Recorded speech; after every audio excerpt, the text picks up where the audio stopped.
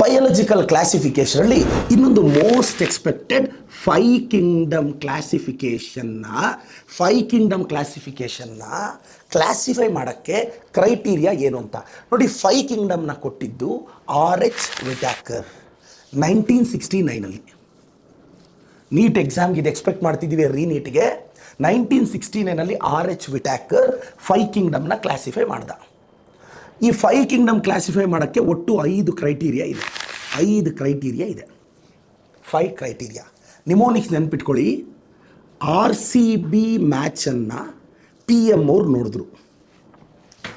RCB ಮ್ಯಾಚನ್ನು PM ಅವ್ರು ನೋಡಿದ್ರು. R for reproduction, cell structure, body organisation, phylogenetic relationship, mode of nutrition.